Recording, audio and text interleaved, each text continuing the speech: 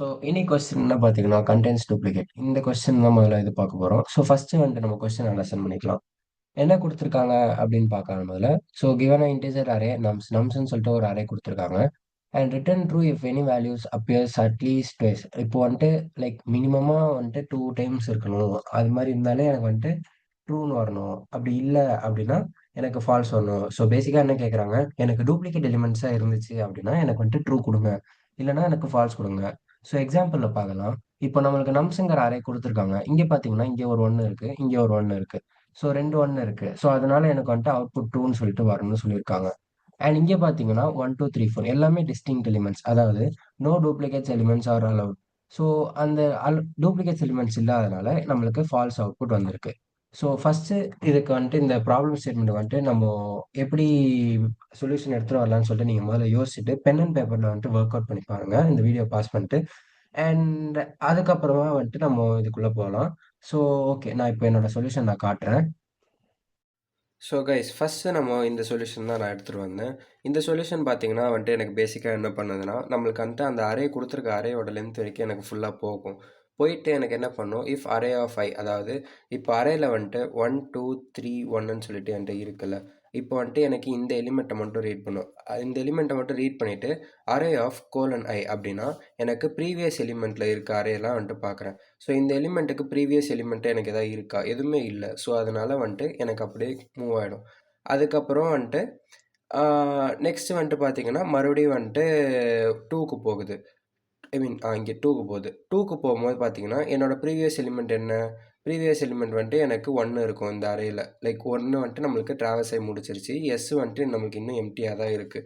So 1 travels ஆகி முடித்த உடனே எனக்கு வந்துட்டு நெக்ஸ்ட்டு 2க்கு போதேன். 2க்கு போனோடனே எனக்கு வந்துட்டு 2 எனக்கு எதுவுமே இல்லை. ஸோ கண்டினியூ ஆகிடுது. அப்புறமா வந்துட்டு 3க்கு போகிறேன். 3க்கு போகும்போது வந்துட்டு 3யும் பார்க்குறேன். எனக்கு பிஃபோர் எலிமெண்ட் வந்துட்டு என்ன இருக்குது, 1 2 இருக்குது. 3 வந்துட்டு 1 2 இருக்குது. லைக் ஆனால் 3 இல்லைல்ல. ஸோ 3 எனக்கு இருந்தால் மட்டும்தான் வந்துட்டு நான் அப்பன் பண்ணணும்னு சொல்லியிருக்கேன். ஸோ அதனால் இல்லாதனால நான் கண்டினியூ பண்ணி போய்க்கிறேன். அதுக்கப்புறமா என்ன இருக்குது, மறுபடியும் வந்துட்டு 1 இருக்குது. இங்கே வந்துட்டு நம்மளுக்கு 3 எலிமெண்ட் ரீட் பண்ணிட்டோம். ஸோ 1 வருது. 1 வரும்போது இதோட ப்ரீவியஸ் எலிமெண்ட்டில் 1 இருக்கா, இருக்குது. ஸோ அதனால் என்ன பண்ணுறேன், ப்ரீவியஸ் எலிமெண்ட்டில் 1 இருந்துச்சுன்னா எஸ் டாட் அப்பன் அரே ஆஃப் ஐன்னு பண்ணுறேன். எஸ்ஸுங்கிற லிஸ்ட்டுக்குள்ளே நான் அந்த அரே ஆஃப் ஐ எலிமெண்ட் வந்துட்டு நான் அப்பன் பண்ணுறேன்.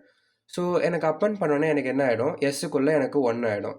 ஸோ எனக்கு அப்பண்ட் ஆயிடுச்சு. எனக்கு வந்துட்டு ஒரு வேல்யூ டூப்ளிகேட் இருக்குது அப்படின்னு சொல்லிட்டு போட்டுக்கிறேன். இப்போ எங்கே பண்ணணும், இப்போ இங்கே என்ன பண்ணணும்னா, so if len of s greater than or equal to 1ன்னு போடணும்.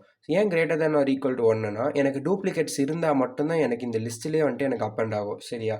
ஸோ அது மாதிரி நேரத்தில் எனக்கு 1 இல்லைனா 1க்கு மேலே எலிமெண்ட்ஸ் இருந்தாலே எனக்கு டூப்ளிகேட் இருக்குது. அதனால எனக்கு டூப்ளிகேட்ஸ் இருந்துச்சுன்னா எனக்கு என்ன பண்ணணும், ட்ரூன்னு வந்துட்டு பிரிண்ட் பண்ணணும். அதுதான் நம்மளோட சொல்யூஷன், இது கொஸ்டின். அண்ட் ஆல்சோ அப்படி இல்லைனா ஃபால்ஸ் பிரிண்ட் பண்ணணும்னு சொல்லியிருக்காங்க. இது வந்துட்டு ஒரு டைப் ஆஃப் சொல்யூஷன். இன்னொரு டைப் ஆஃப் சொல்யூஷன் என்னென்னா ரொம்பவே சிம்பிள், செட் ஃபங்க்ஷன் யூஸ் பண்ணுற மாதிரி.